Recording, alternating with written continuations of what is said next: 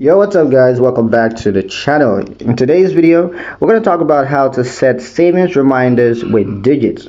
Now, while Digit automates savings intelligently, setting personal reminders can help you to keep you proactive and aware of your financial progress. So let me show you how it's done. There are a couple of options. The first is to use in-app notifications. Digit sends periodic push notifications to remind you of your savings milestones, also to notify you of upcoming transfers or goal completion, as well as to alert you when it's a good time to save more. To ensure reminders are enabled, all you got to do is open the Digit app. Once you're there, tap your profile icon, or you can just go to settings and then navigate to notifications. Once in, toggle push notifications, make sure that it's on, and yeah, that's pretty much it. The second option is to use custom calendars or phone reminders.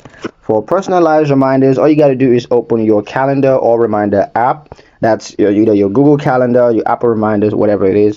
Just open that up and then set a weekly or monthly reminder. You can review savings in Digits, or you can set it to set new goals for next month. Once that's done, link to the Digit app to add notes or goals that you're monitoring. Now, third option is to use text message alerts if available.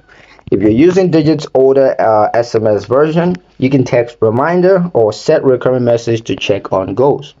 Contact Digit support to confirm availability of text-based alerts. A bonus tip: pair reminders with paydays or bill due dates to align your cash flows and savings behavior. But yeah, that's pretty much it for the video, guys. Hope you liked it. Hope you found the information useful enough. If you did, like the video, subscribe to the channel, and ring notification bell so you never miss another update in the future. Thank you guys for watching, and I'll see you in the next one.